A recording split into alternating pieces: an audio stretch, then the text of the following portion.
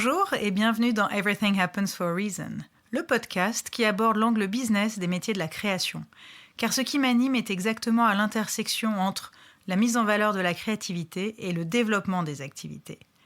Je suis Lily Bonnet et vous pouvez notamment me retrouver sur Instagram, Lily Bonnet Management, LILI_BO2NET_management.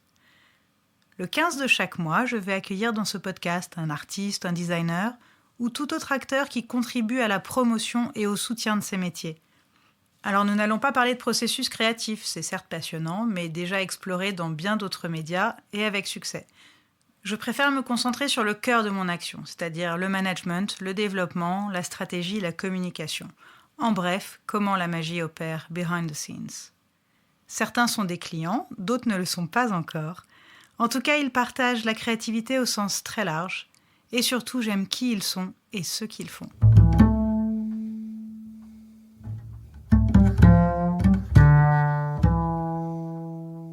Dans cet épisode, j'accueille Nina Senoyer. Ce qui m'intéressait avec Nina, c'est qu'elle vient d'opérer une reconversion professionnelle. Et je voulais justement comprendre tout son parcours et ce qui l'a mené jusque-là. Alors ses proches la voyaient journaliste ou prof, car il était évident qu'elle intégrerait l'écriture à son métier. Et avec un nom pareil, on pourrait croire que l'on va se noyer dans ses mots. Mais non, au contraire, Nina nous aide à ne pas être sous l'eau et à sortir du lot, car c'est la reine du SEO. Et si vous ne savez pas exactement ce que signifie cet acronyme anglais ou en quoi cela consiste, ça tombe bien, car on aborde le sujet très en détail dans tout notre entretien. Sa promesse ? Vous aider à prendre la place que vous méritez sur Google.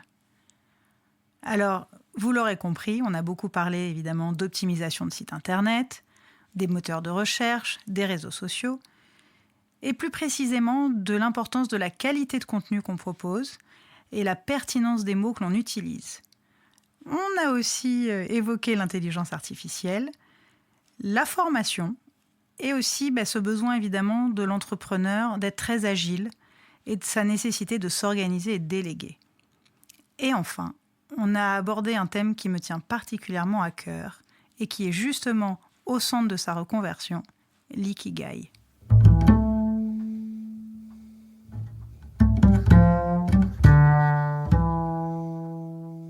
Bonjour Nina. Bonjour Lily. Ah, et bonjour Pollux. Parce que voilà, elle nous a dit bonjour aussi. Donc, Pollux, c'est le chat, comme son nom l'indique un peu.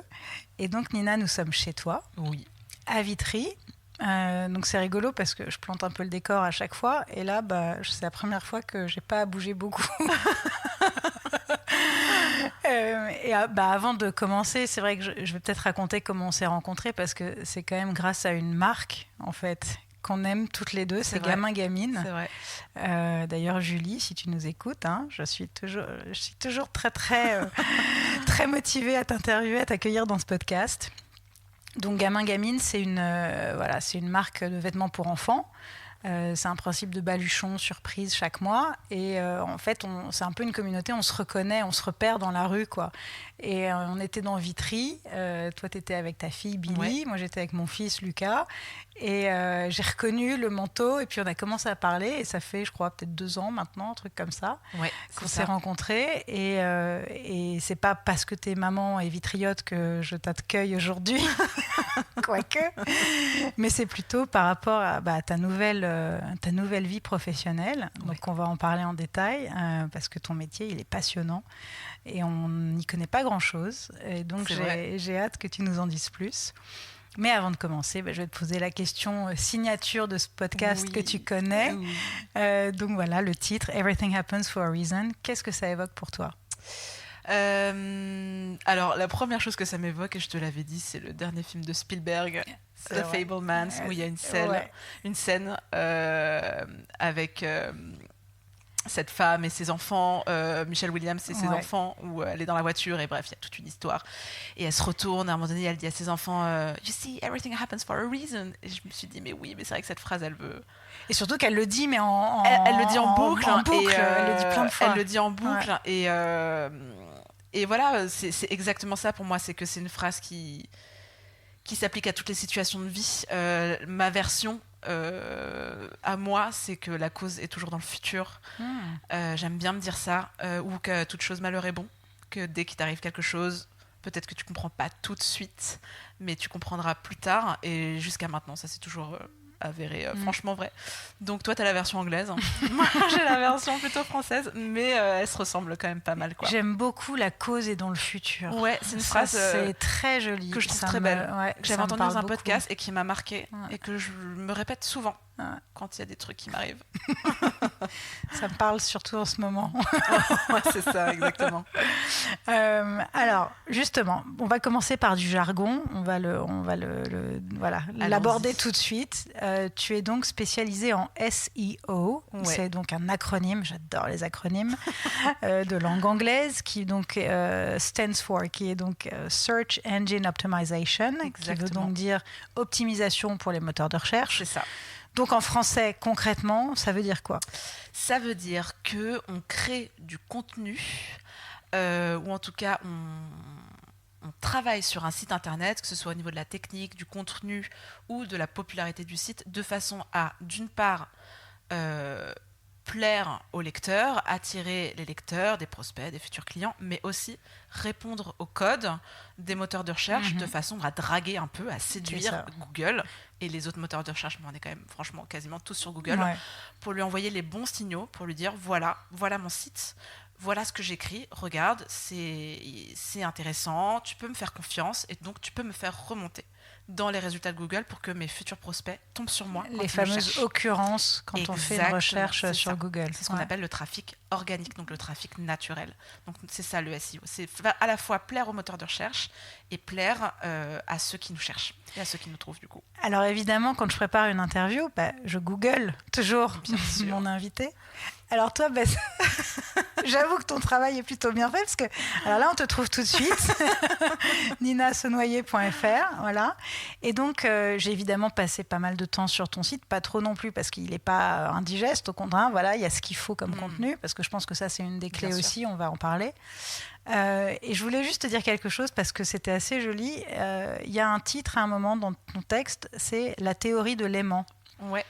Et donc l'aimant, un magnéte, quoi, le magnétisme, quelque chose qui attire. Mais figure-toi que c'est très drôle parce qu'en fait, quand j'ai lu la théorie de l'aimant, j'ai cru que tu voulais dire de l'aimant, celui qui aime. Et j'ai adoré ce lapsus lectionis, donc lapsus de lecture, mais j'ai adoré ce lapsus. Je me suis dit, mais c'est fort parce qu'en fait, si on n'aime pas ce qu'on fait, on est bien placé pour le savoir, l'une comme l'autre, et puis toutes les personnes en général que j'accueille dans ce podcast. Mais voilà, on va en parler aussi de tout ton parcours parce que c'est récent pour toi, c'est une reconversion professionnelle. Et donc justement, est-ce que tu veux déjà nous dire un peu d'où tu viens ? Comment t'en es arrivé jusque-là avant de repartir dans le vif du sujet après ? Oui, bien sûr. Alors déjà, c'est drôle ce que tu dis parce que je ne l'avais jamais lu comme ça. Mais en fait, je ne peux pas, par exemple, quand je démarche, les rares fois où je démarche, où je prospecte, je ne peux absolument pas aller vers des entreprises, des clientes, parce que je travaille majoritairement avec des femmes que je n'aime pas au fond de mes tripes, que j'admire pas. Il faut que j'aime, il faut que je sois complètement aimante pour être prise par ce que je fais et pour vraiment rendre un truc bien quali, quoi. Donc c'est drôle que tu l'aies vu comme ça. Alors, j'ai un parcours assez classique. J'ai fait 5 ans d'études, j'ai un master en poche, mais j'ai quand même fait... Master communication. Master en communication, mais j'ai fait en fait 1 an de ces 5 ans d'études, j'ai fait 5 années de choses différentes. J'ai pas réussi à me fixer dans un seul parcours parce que j'avais envie de faire trop de choses. Mais j'ai quand même principalement tourné autour des lettres. J'ai fait du spectacle, puis après je suis partie en lettres, et après en lettres bilingue anglais, et après en lettres et parcours cinéma. Enfin voilà, j'ai fait pas mal de choses, mais toujours quand même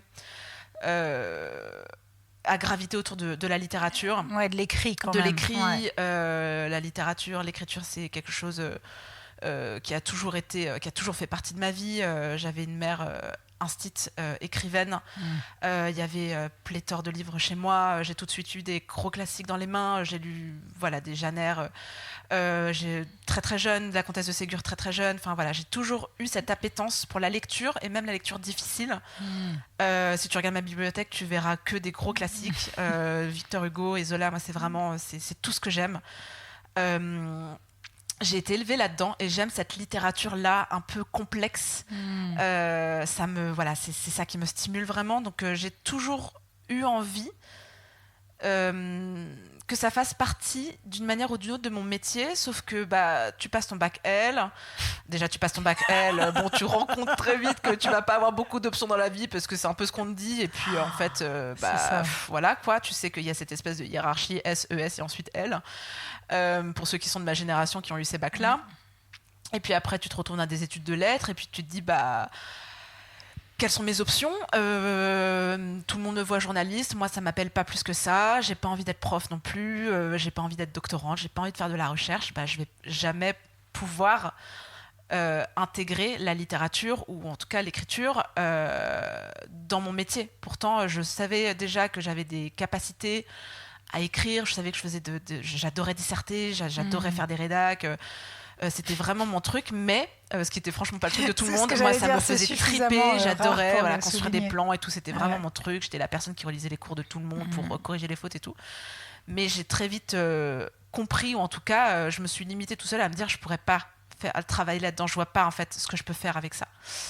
Et la rédaction SEO à l'époque n'existait pas vraiment, puisque c'était en 2013, donc voilà. Donc je me suis dit, il va falloir que je me tourne vers un truc un peu plus professionnalisant. Et donc je suis partie dans une école de médiation culturelle où j'ai fait un truc un peu lambda, tu vois, d'une école que tu payes assez cher pour finalement pas recevoir grand-chose. Beaucoup d'entre nous ont fait des trucs comme ça, je pense. Et puis après, j'ai terminé mes études à Saint-Denis en master de culture et communication, où là, je me suis dit, je crois que j'ai vraiment envie de bosser dans la musique, et donc j'ai pris plutôt ce chemin-là. Je voulais faire de la prod. En fait, je voulais être dans le secteur artistique, parce que j'avais ça en moi. J'ai une famille d'artistes, mes parents faisaient de la musique ensemble, ils ont fait du théâtre ensemble. Mon père est peintre, enfin voilà, ça c'est vraiment quelque chose qui a toujours été chez moi, beaucoup de disques, beaucoup d'œuvres d'art, etc. Mais moi, je me trouvais pas intéressante et j'avais l'impression que je savais pas faire grand chose, et donc je voulais être dans ce milieu-là, mais je voulais graviter autour, je voulais être dans la périphérie, je voulais être vraiment les petites cellules grises derrière, et donc me dire puisque moi je suis pas capable de faire de l'art, je vais travailler pour ceux qui le sont, et donc je vais organiser des choses pour eux. Et donc j'ai voulu faire de la prod. Ça me parle. N'est-ce pas ? Et donc je suis partie là-dedans et j'ai fait de la prod pendant 7 ans. J'ai travaillé pour un festival de musique du monde, j'ai travaillé dans un label, j'ai travaillé pour un tourneur de musique du monde aussi pendant 2 ans. Quand on s'est rencontrés, non, tu venais de terminer. J'avais terminé, je venais de quitter. J'étais encore en start-up, là j'étais dans la prod, mais plutôt audiovisuel. Mais je commençais à en avoir vraiment ma claque de la prod, parce que ça reste un job ingrat, très peu créatif pour le coup, où tu remplis vraiment des Google Sheets et voilà, et avec un stress maximum, parce que si tu te plantes sur un horaire d'avion pour une feuille de route d'un de tes artistes, tu les mets vraiment dans la merde. Ça m'est arrivé, je peux te dire que je m'en rappellerai toute ma vie. Donc voilà, c'était un job avec trop de pression, trop de stress, pour une organisation qui devait être vraiment au carré, ce qui n'était pas forcément mon truc. Donc j'ai fini par partir, mais ça m'a quand même pris 7 ans, quoi. Voilà. Et quand on s'est rencontrés, justement, c'est l'époque où j'étais avec ma coach, Audrey Hakoun, en formation pour devenir coach Ikigai. Ouais. Et donc, je me souviens qu'on en a beaucoup parlé, toi et moi. Et en plus, c'était pile au moment où tu lisais un livre sur l'ikigai. C'est vrai. Et justement, parce que finalement, tu cherchais un peu ce sens. Donc, que je réexplique rapidement, ikigai, donc c'est un terme japonais qui, en synthétisant un peu, c'est une philosophie de vie et qui signifie un peu la raison d'être, de trouver le sens de sa vie, ce qui nous motive à nous lever le matin, un peu notre mission de vie. Donc c'est à la jonction entre ce qu'on aime, ce pourquoi on est doué, notre contribution au monde, et ce pourquoi on peut être payé. Voilà, tout ça au centre de tous ces 4 cercles, comme un diagramme de Venn. Ça peut être une phrase, un mot, c'est quelque chose qui vraiment nous porte, nous transporte. Et je me souviens que tu disais, là, je galère seule pour le trouver. Et c'est vrai que moi qui fais cet accompagnement en Ikigai, qui accompagne des personnes pour trouver leur Ikigai, Je sais que c'est très difficile de le faire seul parce que finalement le ping-pong avec le coach et tous ces échanges fait qu'on va aller creuser comme n'importe quel accompagnement, même une thérapie, etc. Si tout se faisait seul, ça se saurait. Ouais, non, sûr. c'est ce qui est important dans le fait d'être accompagné, justement, c'est de pouvoir avoir cet échange et souvent d'aller mettre pile le point sur le petit truc que toi, tu vas pas voir forcément toute seule. Mais j'ai l'impression que quand même, tu vois, tu as réussi à te rapprocher de ton ikigai en faisant ton petit chemin comme ça, seul, avec tes lectures et puis avec tout ce que tu as mis en place.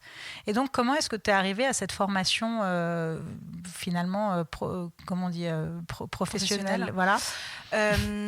Alors oui, c'est drôle que tu dises ça parce que avant qu'on en reparle, j'avais oublié que j'avais fait tout ça. Et en fait, ça me paraît, il s'est passé tellement de choses depuis. Oui, tu as refait un enfant. Parce que tu as 2 enfants. J'ai 2 enfants, voilà. C'est surtout passé ça. Et j'avais oublié à quel point l'ikigai m'avait vraiment mise sur cette voie-là. Parce que tu vois, je remonte la genèse de ma reconversion à mon parcours avec Pôle emploi. C'est eux qui m'ont mise en relation avec un truc de talent, solution, machin. Mais avant ça, quand même. Mais avant ça, j'ai fait l'ikigai, tu vois.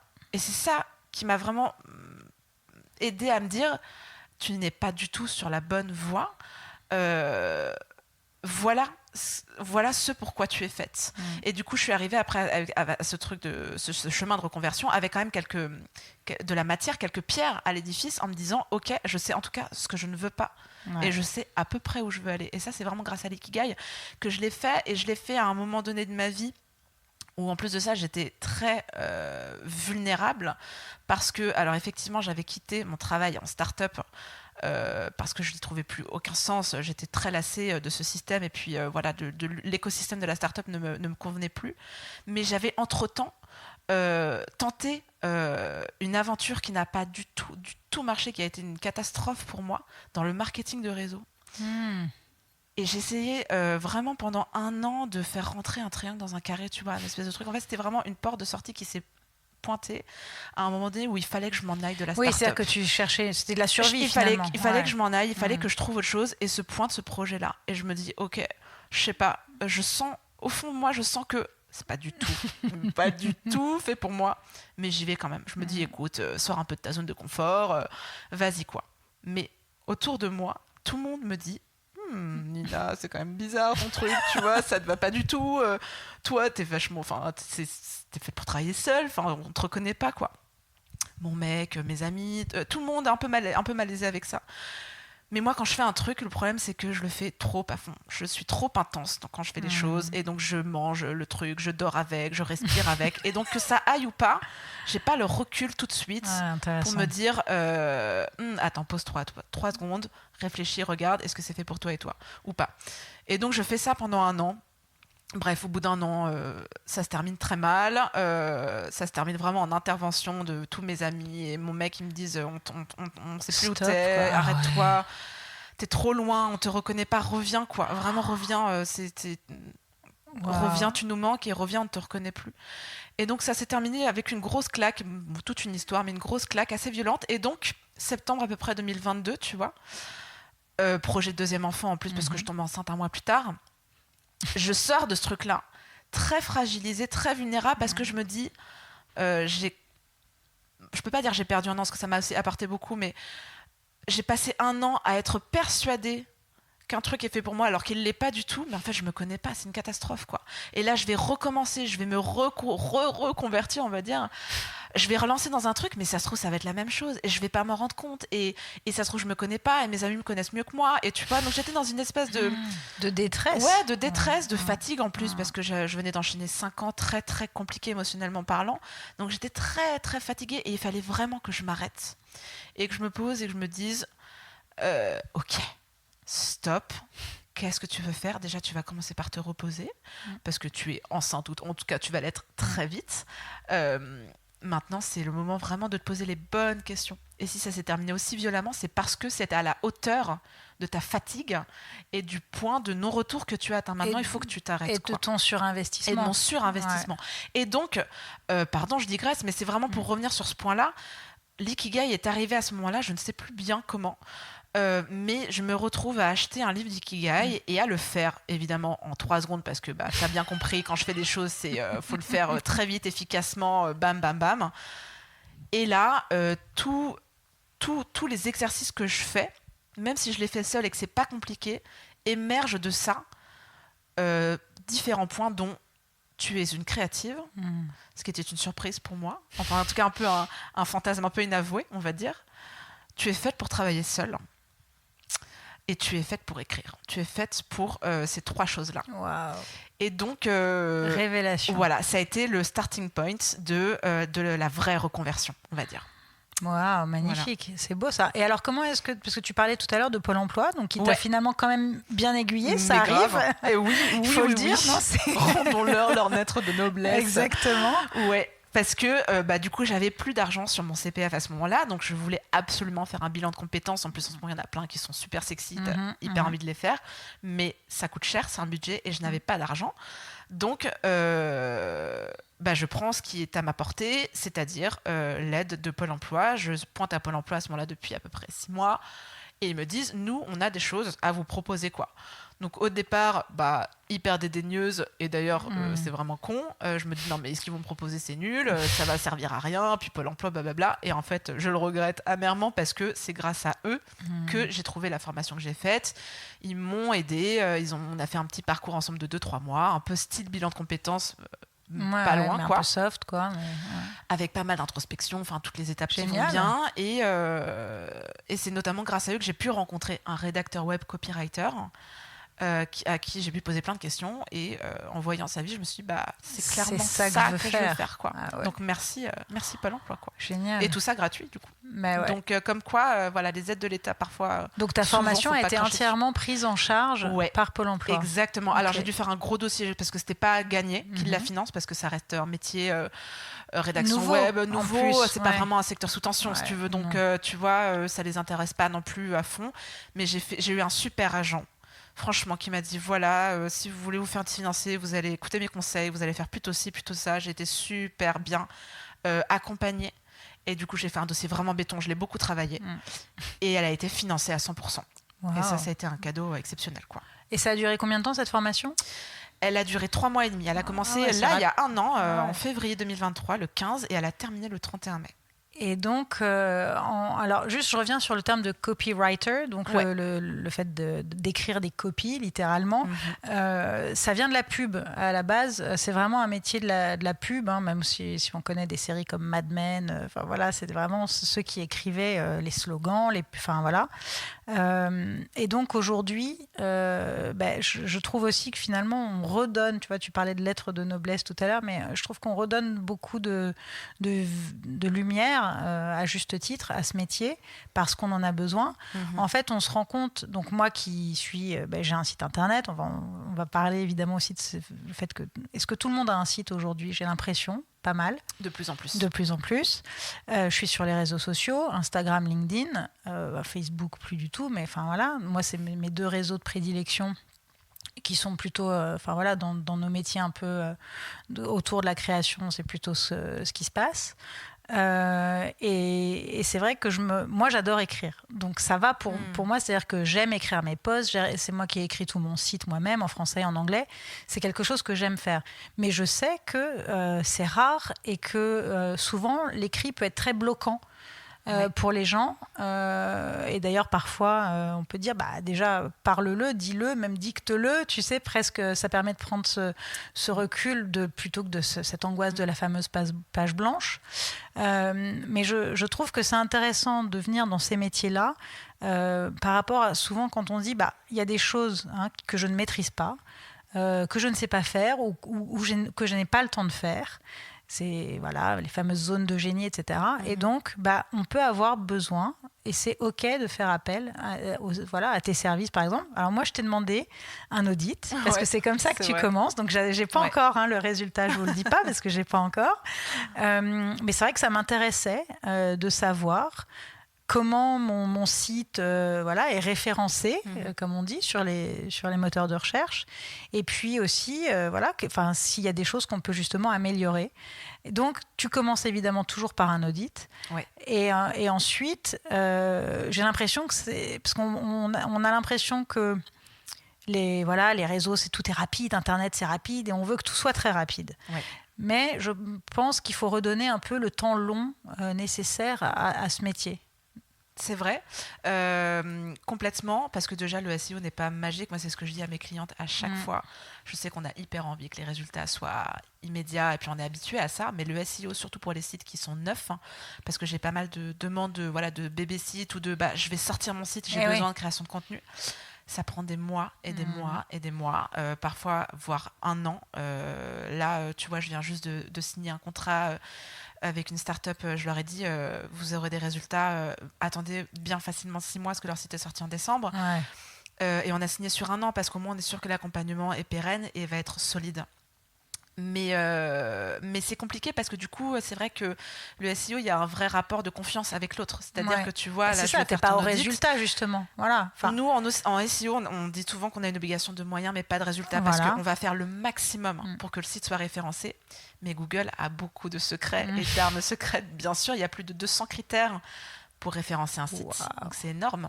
Les robots Google ont une liste de checklist de 200 points pour dire OK, tu vois.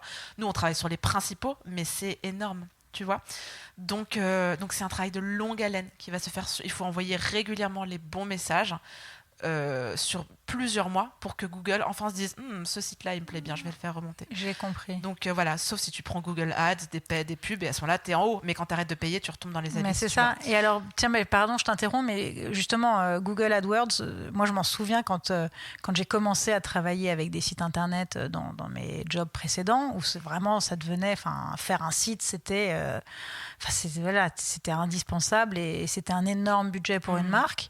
Maintenant, un peu moins, j'ai l'impression. Je pense qu'on a pu un peu descendre plutôt dans l'aspect graphisme et développement. En revanche, dans l'aspect justement contenu et entretien et référencement, il faut presque remettre un peu ce même budget régulièrement. Mais c'est vrai qu'à l'époque, c'était AdWords. Enfin, il fallait absolument acheter les AdWords. Mais, et comme tu le dis, on voyait l'effet immédiat. Et après, si tu arrêtes de payer, il n'y a plus rien. Mais toi, donc, comment tu... Parce que, alors toi, est-ce que tu factures au mot aussi? Non, c'est vraiment des forfaits. Je ne facture pas au mot, exactement. Je n'ai jamais ou très peu facturé au mot. Parce que c'est une tannée, parce que tu vois, voilà, compter les mots quand tu fais des e-books à 4000 mots, tu vois. Et puis en général, je produis bien plus que ce qu'on me demande, bien plus. Je produis 200, 300 mots de plus, mais je suis pas la seule. Souvent, les rédacs font ça. Donc, je facture pas au mot en général. Et puis en plus, facturer au mot, ça implique de ne pas prendre en compte tout le travail qu'il y a derrière, c'est-à-dire toute l'analyse concurrentielle, la recherche de mots-clés, la recherche de ce que va taper ton prospect, tu vois, sur Google, tout ce travail de psychologie qui est vraiment très important, de stratégie, quand tu fais de l'audit de contenu. Tout ça, ça prend un temps fou. Et après, caler les bons mots-clés pour que ça ait l'air naturel, pas faire, tu vois, ce qu'on appelle du keyword stuffing, du bourrage de mots-clés.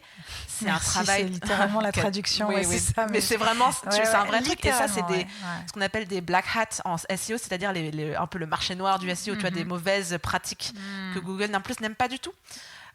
Surtout avec l'intelligence artificielle qui arrive, qui est clairement là et qui apporte beaucoup de bonnes choses, mais aussi des choses compliquées. Et donc Google, de plus en plus, privilégie cette qualité de contenu. Parce qu'il sait qu'il y a beaucoup de contenus qui vont être générés par ChatGPT, où tu appuies sur ton bouton, il te déroule ton truc. Bon, en général, entre nous, la qualité est vraiment à chier parce que ChatGPT sait faire beaucoup de choses, mais ne sait pas écrire du tout. Je suis ravie que tu en parles parce que pour moi, ChatGPT, j'ai jamais essayé. C'est un truc vraiment, je suis très hermétique, j'arrive pas. Mais je sais que c'est intéressant. Je sais qu'il y a des personnes autour de moi qui commencent un peu à l'utiliser pour différentes choses. Il y en a qui s'amusent beaucoup avec. Tu vois, Olivia D'Acosta de Please, que j'ai interviewée il y a quelques mois, là, en ce moment, elle s'éclate à générer des images assez dingues avec l'intelligence artificielle et c'est très cool ce qu'elle fait. Donc, tu vois, j'aime bien observer tout ça, mais j'avoue que pour l'écrit, je suis très sceptique. Ah, mais faut pas. Ouais. Il écrit très mal. Et en plus, le style ChatGPT se remarque. Se reconnaît. Parce qu'il fait beaucoup de participes présents. Il répète beaucoup les mêmes choses. Parce que c'est à l'anglaise. Parce que c'est à l'anglaise, exactement. Ouais. Et donc, ça se voit. Ça se voit direct. Moi, je m'en sers beaucoup. J'ai le ChatGPT 4, je l'adore, mais je m'en sers pour brainstormer, pour trouver des sources fiables, pour le challenger mes idées, pour lui dire t'en penses quoi, à fond. Et ça, c'est génial. C'est comme un assistant, en fait. Ça peut pas être un remplaçant. Parfois, quand je dois écrire sur des sujets que je connais pas du tout, je lui dis ok, voilà, je dois écrire là-dessus, trouve-moi 2-3 idées, dis-moi ce que t'en penses, et ça m'aide, on écrit ensemble, tu vois. Ça te guide, en fait. Ça me guide, mais jamais je ne vais laisser un texte ChatGPT en l'état. Ce serait une catastrophe, ce serait une honte pour mon métier. Mais oui, Google sait que beaucoup de contenus vont être ChatGPTisé, on va dire, donc va prioriser la qualité du contenu avant tout. Et le problème, c'est qu'aujourd'hui, tu le disais tout à l'heure à juste titre, on priorise très souvent le design des sites avec des choses très belles, canon, mais il y a très peu de contenu. Ouais. C'est un peu la mode du site très épuré avec juste un call to action à droite à gauche, mais en fait sans contenu on peut pas référencer un site. S'il n'y a pas un certain nombre de mots, il faut un minimum d'écrit, et de l'écrit stratégique avec des bonnes balises, des bons mots-clés. Sans ça tu n'existes pas sur Google. Et aussi je crois que c'est important de renvoyer vers d'autres sites. C'est important qu'il y ait des liens, je crois, exactement, n'est-ce pas ? Même de renvoyer vers tes propres pages ce qu'on appelle des liens internes dans ton propre site, pour que ton lecteur ne sorte pas de ton site trop vite. Ça s'appelle en fait diminuer le taux de rebond. C'est pour vraiment améliorer l'expérience lecteur. Il y a plein de petits tips comme ça, effectivement. Mais c'est vrai que souvent les gens se disent mais moi mon site il est canon, tu vois. Mais en fait je regarde et très vite je comprends le problème, c'est qu'il y a 4 mots, quoi. Tu vois. Et donc Google en fait n'a pas assez de matière pour lire et pour comprendre de quoi tu lui parles. Et alors une fois que ton site est écrit, par exemple, toi tu bosses sur un site qui est nouveau, ou même tu refais tu optimises un site. Qu'est-ce qui se passe après ? C'est-à-dire que comment, parce que j'imagine que si Google a compris que là il y a un nouveau site, ok, mais comment on entretient ? C'est-à-dire qu'il faut régulièrement créer du contenu ? Exactement, et c'est pour ça que tout le monde a un blog. Okay. C'est ça en fait, le truc du blog, c'est pas pour le plaisir d'écrire sur un sujet, ou quoique why not, mais en fait Google, ce qu'il veut, c'est alors un site qui bien sûr répond aux critères, ce qu'on appelle EEAT, donc expertise, il y a un E qui m'échappe, mais authority and trust. Il veut vraiment que la personne qui tombe sur ton site puisse te faire confiance, et donc faire confiance à Google. C'est contenu fiable en fait. Exactement, contenu fiable, avec de la valeur, etc. Parce que sinon il va se dire Google il m'envoie des sites pourris, moi j'ai plus confiance en Google. Donc c'est une charte en fait. Exactement, tu dois vraiment produire du contenu de valeur, mais aussi produire du contenu régulièrement. Pourquoi ? Parce que du coup, tu envoies à Google le signal de « j'existe », il se passe des choses. Sauf qu'une fois que ton site vitrine est fait, que tu as ta page d'accueil, ta page service, ta page contact, qu'en général, en plus, tu n'optimises pas, il ne se passe plus rien. Tu vois ?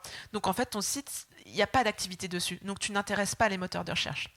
Alors que, pourquoi donc tout le monde a un blog ou un journal, on appelle ça le journal aussi, et publie régulièrement, donc à peu près une fois par semaine, du contenu dessus, et ben c'est d'une part pour apporter de la valeur à ton lecteur, donc pour gagner aussi ce lien de confiance avec ton lecteur, d'autre part pour dire à Google « Coucou, je sais de quoi je parle, je maîtrise mon sujet, tu peux me faire confiance », et d'autre part pour dire aussi à Google « Je produis du contenu régulièrement, j'existe, j'ai une activité, donc tu peux me faire remonter. » Voilà. Et alors si c'est un site marchand, ça fonctionne de la même façon. C'est-à-dire que dès lors que je mets un nouveau produit en ligne, ça va être du nouveau contenu pour Google. Ou alors souvent les sites marchands maintenant ont des blogs, des blogs sur le produit.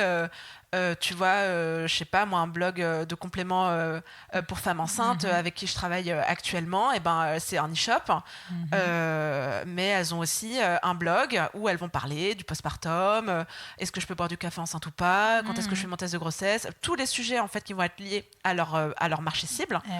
Et avec à la fin un call to action ou quelque chose qui renvoie vers les produits ou vers d'autres articles de blog pour améliorer l'expérience utilisateur.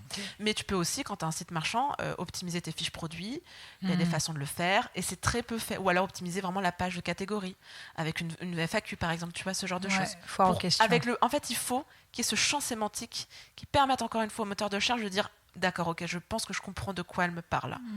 C'est ça, pour que tu sois bien indexée et bien comprise par les moteurs de recherche. Génial, c'est fascinant.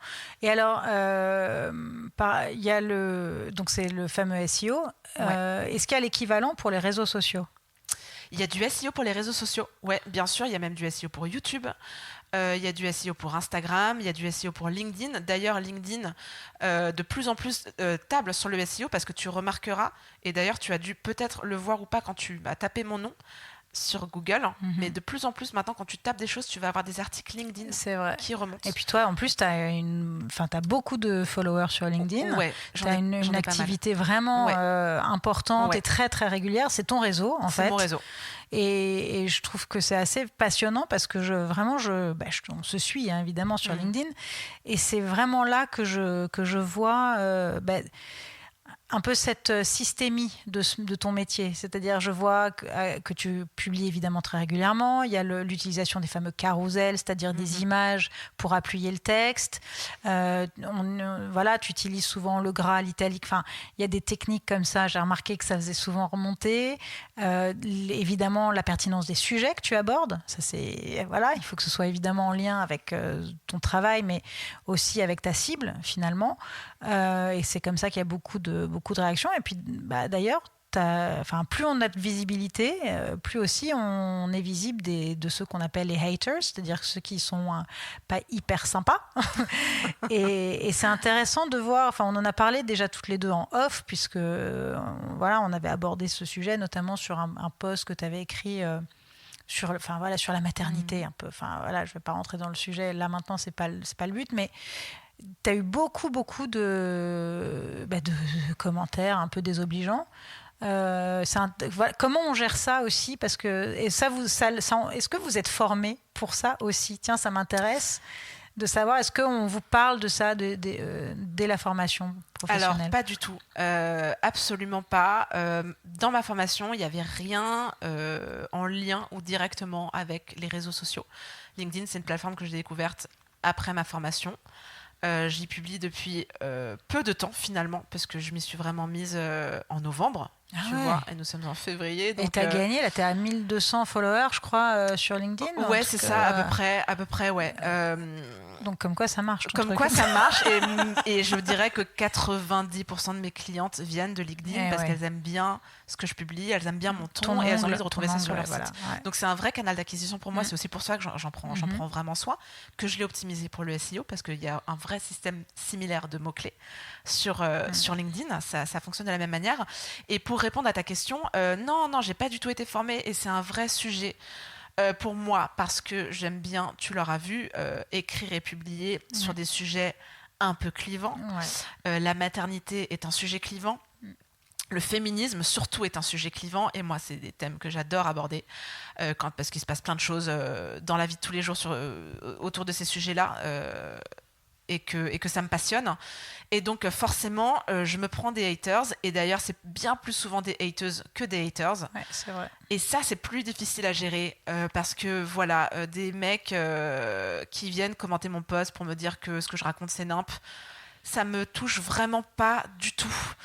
Parce que je ne m'identifie pas à eux qu'il y a vraiment un truc de mansplaining où je suis là genre franchement rentre chez toi, tu vois, il y a aucun problème, y a pas de souci. Si tu veux bien traduire pour ceux qui comprennent pas forcément. Oui, bien sûr. Le mansplaining, c'est l'homme qui t'explique ta vie. Voilà, moi, c'est une contraction de man et explaining. Exactement, donc d'expliquer que c'est un homme qui explique, comme s'il était supérieur intellectuellement à la femme. Exactement. Donc moi, j'en ai plusieurs qui m'ont déjà expliqué comment être mère. Donc tu vois, là, tu te dis c'est rigolo, quoi. Tu vois, c'est marrant. Mais les femmes, c'est plus surprenant, tu vois. C'est plus surprenant quand ça vient de la part de femmes, et j'en ai eu beaucoup plus. Alors j'en ai pas non plus beaucoup de jugements. Et ça, c'est très déstabilisant. Et non, on ne m'a pas formée à ça. Par contre, en ce moment, je suis en plein bootcamp, justement LinkedIn, pour prendre encore mieux la parole sur les réseaux. Donc, et vraiment encore travailler. En train de te former. Ouais, je suis tout le temps en train de me former. C'est un peu un problème. Mais là, en l'occurrence, je travaille vraiment là-dessus. Et il va notamment y avoir là cette semaine une session vraiment sur gérer la prise de parole en public, en fait, tout simplement parce que c'est le jeu. Malheureusement, plus tu prends la parole, plus tu es visible et plus tu prends le risque de te prendre ce genre de commentaires. Je n'ai pas de problème avec le fait qu'on soit pas d'accord avec moi, parce que j'aime au contraire débattre. J'aime débattre et j'adore lire des opinions qui sont complètement à l'opposé des miennes, parce que je trouve qu'elles sont toujours limite beaucoup plus intéressantes que les miennes, et je suis toujours en train de dire ah ouais, mais c'est vrai que ce que tu dis, je trouve que c'est génial, c'est hyper pertinent. Ça, j'adore. Mais par contre, l'agressivité gratis, tu vois, sur les réseaux, et surtout venant de la part de femmes, ça me dépasse complètement et ça peut beaucoup m'affecter. Ça peut être très compliqué après pour moi. Et en général, tu leur réponds, t'ignores, tu sais que c'est quoi ta stratégie? Moi, j'ignore. J'ignore parce que ça sert à rien ça sert à rien, dedans, c'est du débat stérile. Et puis, je sens que c'est vraiment aussi de la protection. C'est-à-dire que si je réponds, je vais mettre de l'émotion dans ce que je dis et je vais avoir peur de la surenchère. Et moi, je suis pas très douée pour les conflits parce que finalement, c'est du conflit, tu vois. Et moi, je suis pas douée pour ça. Je suis plutôt du genre à être très, très pour la paix des ménages et jamais dans le conflit. Mes amis le savent. Je suis très phobique de ça. Donc, dès que je vois qu'il y a un commentaire vraiment pas sympa ou je l'évacue, j'en parle à quelqu'un autour de moi, à mon mec ou à des personnes avec qui je suis en contact sur LinkedIn, etc. Et je vais dire 3 secondes, ça me fait chier, ça me fait mal, et puis je passe à autre chose, mais je ne réponds jamais. Je préfère pas parce que sinon ça me demande trop d'investissement émotionnel. Ouais, mais c'est important, c'est très important ce que tu dis, parce que je pense que ça c'est un conseil qui est bon pour tout le monde. Voilà, de ce que je vois. Bon, moi je suis pas, j'ai de la chance, c'est que je suis pas assez exposée encore certainement, mais en tout cas, je te fasse ton audit. Ouais, c'est ça, voilà. Mais je vis pas ça et j'avoue que c'est vraiment une question que je me pose régulièrement parce que voilà, comment on gère, comment on fait quand on est autant impliqué. Voilà, on est des personnalités entières comme tu le disais, tu vois, on fait tout très. Et donc voilà, que cette limite, cette barrière, cette protection, elle est très importante. Je reviens sur la formation parce que c'est marrant, tu me dis oui, je me forme tout le temps. Je connais, et même c'est un problème. Et c'est vrai que tu me disais tout à l'heure, avant qu'on commence l'enregistrement, tu me disais, il y a tellement de formations très sexy, qui m'attirent. C'est vrai qu'il y a un peu un nouveau business de la formation. En tout cas, moi je le vois de plus en plus depuis que je suis dans le coaching aussi comme ça, beaucoup. Toutes ces formes, plein de promesses voilà, vous allez avoir ça en 5 jours. Et puis, je me rends compte souvent que plus elles sont bon marché, voire gratuites, moins elles m'intéressent parce que pour moi, la valeur évidemment intrinsèque est liée à la rémunération. Je suis un peu à l'ancienne avec ça, mais c'est le prix psychologique. Je veux dire, c'est quelque chose de très normal. Mais tu me disais, c'est vrai, j'ai toujours envie d'en faire plus. Et je te disais, oui, mais ça, c'est parce que ça vient nourrir notre syndrome de l'imposteur. Et donc aujourd'hui, comment tu fais pour choisir vraiment avec précaution les formations que tu vas suivre? Alors c'est drôle ce que tu dis parce que je me suis fait rire toute seule la dernière fois parce que tu sais, on a tous des wishlists, tu vois, de j'aimerais bien prendre une fringue chez Cézanne justement ou me payer tel coiffeur, et moi ma wishlist c'est des formations. Écoute, la prochaine fois là que j'encaisse une facture, je me prends la formation de machine, je vais me faire kiffer. Et le fait de faire cette wishlist, elle est pas très longue, j'essaie vraiment d'être raisonnable, et ben ça me soulage. C'est comme une espèce de catharsis, tu vois. J'assouvis je le note pour bientôt, mais c'est écrit quelque part et ça me soulage. C'est pour ça que j'aime bien faire des wishlists. Mais sinon, j'essaye de vraiment mettre le maximum de rationalité dans les choix que je fais. Je repère les formations qui m'intéressent. Je me pose 15 fois avant la question de « As-tu vraiment besoin de cette formation ? Est-ce que ça va vraiment t'apporter quelque chose ? Est-ce que tu as vraiment besoin, par exemple, de prendre une formation de prospection ou de business, alors que là, pour l'instant, ta problématique, c'est plus de gérer le flot de demande et que tu aurais plus besoin d'une formation ou de quelque chose pour réfléchir ta stratégie. » Enfin, tu vois, donc j'essaie vraiment de me dire « Ouais, c'est hyper sexy. » Ça, on va en reparler toutes les deux. En off, à la fin de cette interview. Alors que, il y a un créateur de contenu où je me dis, putain, mais lui, sa masterclass sur la prospection, elle a l'air géniale. Peut-être que je pourrais aller toper encore plus de clients, mais je me dis, tu n'as pas besoin de ça maintenant. Voilà. Par contre, tu vois, là, donc, je suis en plein bootcamp avec une copywriteuse que j'adore et que je vais nommer, qui s'appelle Nina Ramen, que je trouve fantastique. Qui m'a Ramène ta fraise. Exactement, ramène ta fraise. Tu vois que ce nom est génial et tu dis Bien Nina sûr. Ramène et ça y est, j'ai l'emoji fraise et le rouge, qui apparaît tu vois, visuellement de LinkedIn. Enfin, tu vois, c'est fou. Mais les emojis d'ailleurs, on n'en a pas parlé, mais pardon, on est bien d'accord que c'est pas du tout overrated. C'est pas surcoté, c'est indispensable, les emojis, on est d'accord. C'est indispensable. Je suis en train de choisir le mien justement en ce moment. Tu vois, je me pose aux questions. Parenthèse fermée, mais parce que moi j'ai un peu une passion d'exclamation emoji, entre Bien autres. sûr. Voilà. Moi aussi, j'adore les emojis. Je trouve que ça véhicule 100 fois mieux le message qu'on essaye de faire passer. Excuse-moi pour cette digression encore, mais donc Nina ramène. Et donc voilà, donc je fais son bootcamp, qui m'a coûté une certaine somme, mais en fait, il m'obsédait complètement et j'étais appelée par ce projet. J'y ai réfléchi pendant des semaines, ça ne sortait pas de ma tête. Il y avait un truc où je me disais, il faut que tu le fasses, je le sens, je ne sais pas pourquoi, mais il faut que j'y aille. Il faut que j'y aille, et j'y suis allée, et pour l'instant, je comprends vraiment pourquoi, parce que pour tout ce que ça m'apporte, c'est déjà démentiel. Donc voilà, j'ai l'idée, je laisse mariner, et si au bout de quelques semaines, c'est toujours là, et je me dis, j'en ai vraiment besoin, j'y vais. Mais c'est dur de résister parce que l'offre est démentielle. Et sur LinkedIn, putain, t'as l'impression que tout le monde d'un coup est devenu formateur, Calliope, enfin tu vois.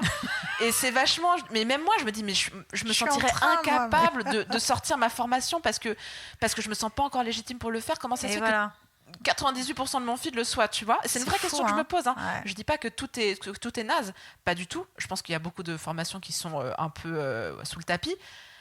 Mais ça m'interpelle, tu vois, cette tendance très forte à la formation. Alors, j'ai encore plein de questions, mais justement, je rebondis. Je voudrais revenir d'abord sur un peu ton organisation business, parce que tu disais... donc, toi, pour l'instant, je dis pour l'instant, parce que je te souhaite de grandir et de faire évoluer ta structure, ton statut social, enfin... dans l'acception comptable du terme. Donc, tu es pour l'instant auto-entrepreneur. Enfin, donc, c'est une micro-entreprise, entreprise individuelle. Et donc, on a un peu parlé de ce choix. C'est vrai que tu me disais, donc, quels sont pour toi les avantages et les inconvénients de ce statut ? Et notamment le fait, tu me parlais aussi, parce que je te demandais si tu avais un comptable, tu m'as dit non, et donc j'aimerais que tu nous parles de cette application, parce que je trouve que c'est un outil très intéressant qui peut parler à beaucoup de gens. Bien sûr. Alors, quels sont les avantages et les inconvénients ?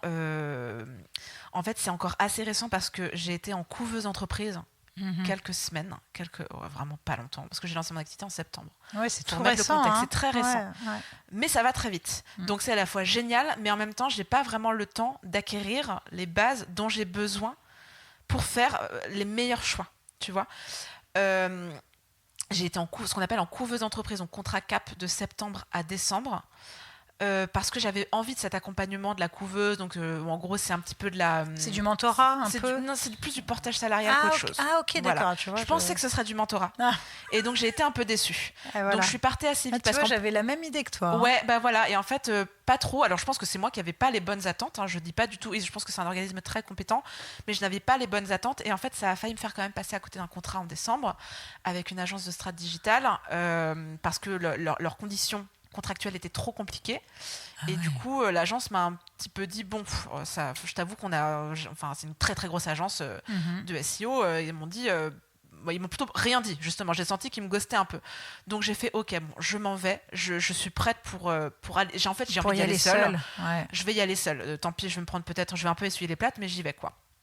Donc j'ai quitté cet organisme là en décembre, donc moi mon immatriculation est très très récente, donc j'ai pris la micro un peu par dépit, mais je suis quand même tombée sur cette application dont tu parles qui s'appelle Indy, INDY. Alors c'est pas du tout, je sais pas s'il faut le dire, mais c'est pas du tout sponsorisé ou quoi que ce soit. Non, mais t'as raison, dis-le, on sait jamais. Mais ils me connaissent pas, ils savent pas qui je suis, mais moi je les adore. Donc t'as pas un code parrainage. Il n'y a pas Nina 20 à taper, ça va pas marcher, je vous le dis direct. Mais par contre, vachement bien parce que eux en fait ils te disent. Ils te proposent un accompagnement pour choisir ton statut gratuit. Ça c'est en te posant des questions. Comme un comptable en fait. Exactement, ils t'appellent, ils te posent des questions, etc. Et donc eux m'ont orienté vers la micro en me disant pour l'instant ça nous semble être le choix le plus pertinent. On verra après. Et donc je leur ai dit génial, voilà c'est super. Et donc j'ai souscrit chez eux un abonnement. C'est une plateforme en plus hyper sexy à la Alan et compagnie, donc ils ont fait tout le design qu'il faut bien, qui est hyper facile, etc., hyper intuitif pour faire tes devis, ta facture. Tu suis ta trésor, ils te disent quand est-ce qu'il faut faire tes exos comptables, etc. C'est génial. C'est génial.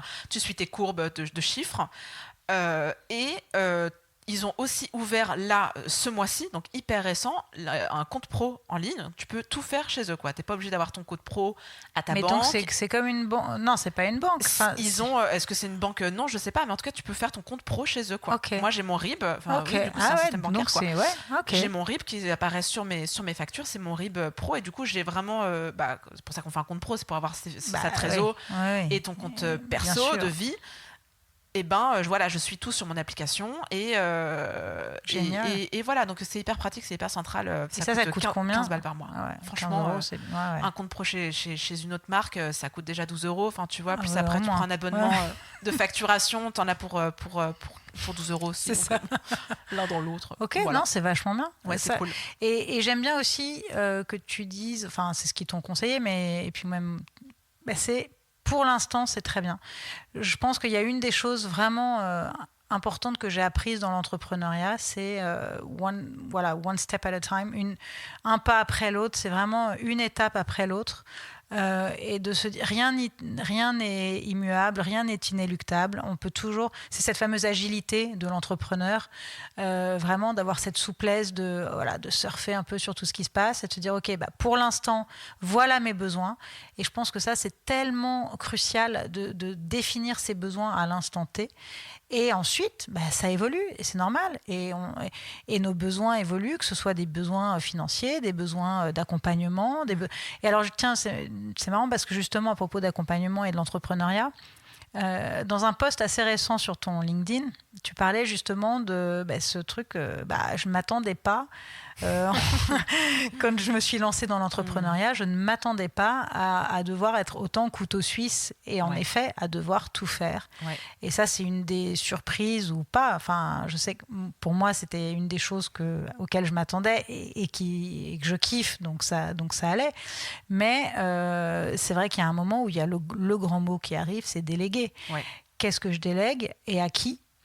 Et donc, est-ce que tu t'es déjà quand même un peu posé cette question ? C'est-à-dire que, voilà, est-ce que tu sais déjà par quel poste tu commences ? C'est même quelque chose, je m'en souviens, quand j'ai interviewé India Madhavi, elle l'expliquait très bien que quand elle a commencé à avoir besoin de recruter, plutôt que de recruter une architecte qui allait faire tout le boulot qu'elle kiffe, elle a recruté quelqu'un qui puisse gérer l'administratif, c'est-à-dire ce qui lui prenait le plus d'énergie et qui ne l'éclatait pas, quoi. Voilà, qui n'est pas sa zone de génie, justement. Donc toi, est-ce que tu as déjà un peu identifié ? Tu en parlais dans ce post, tu disais bon...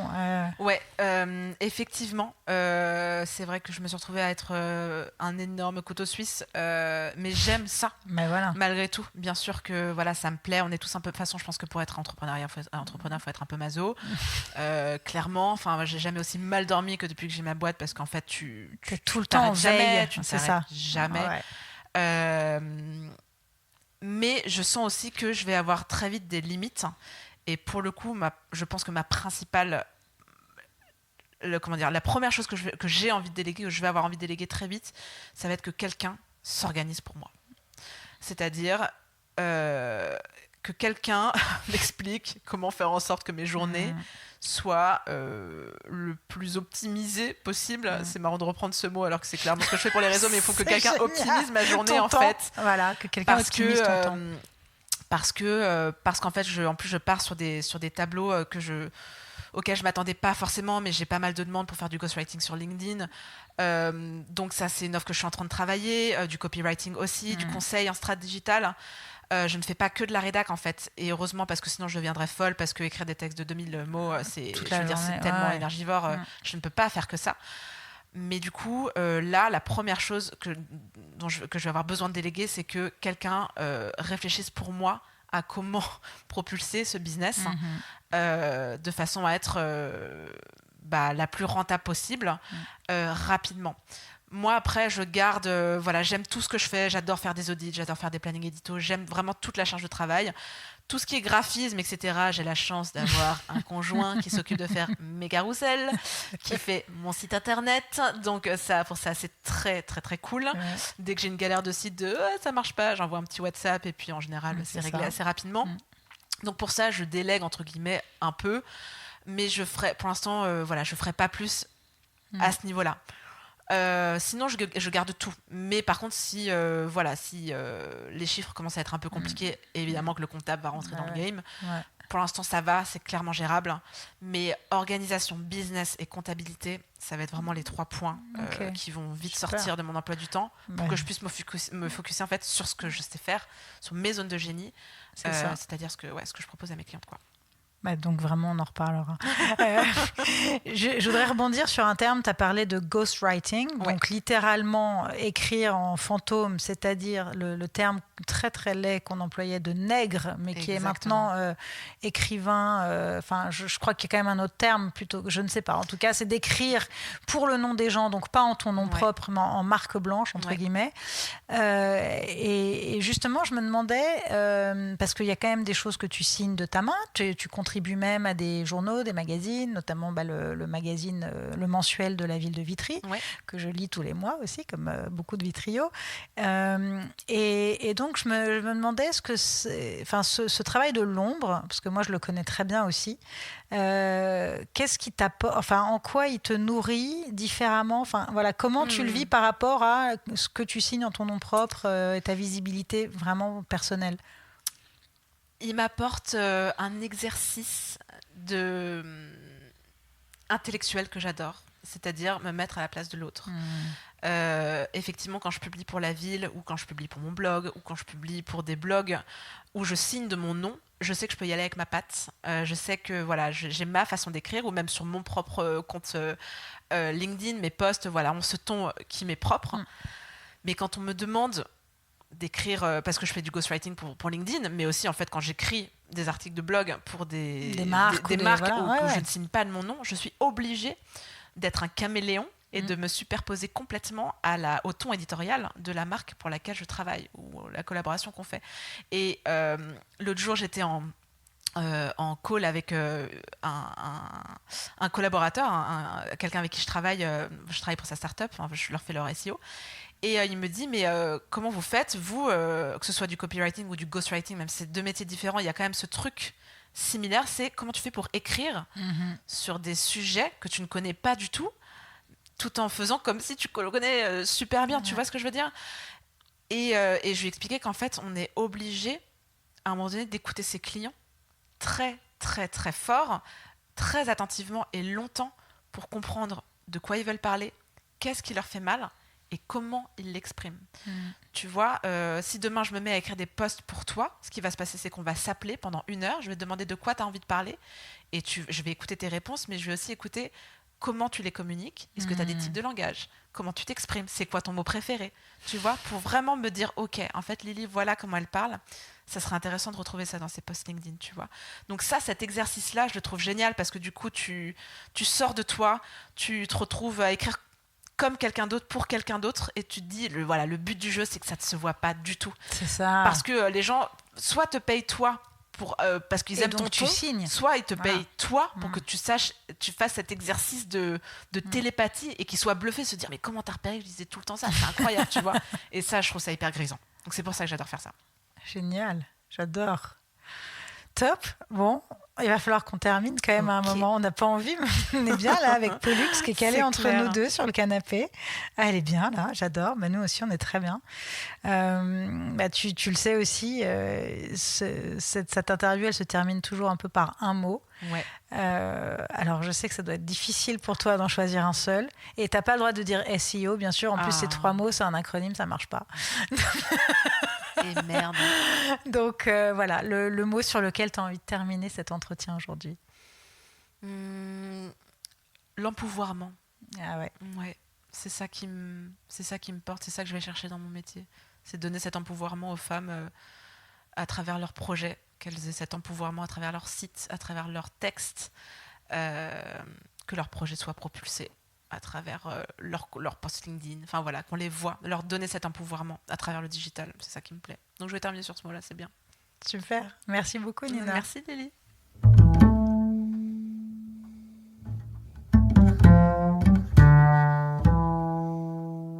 Merci d'avoir écouté cet épisode. J'espère qu'il vous a plu et qu'il vous aura donné envie de le partager, voire de le réécouter.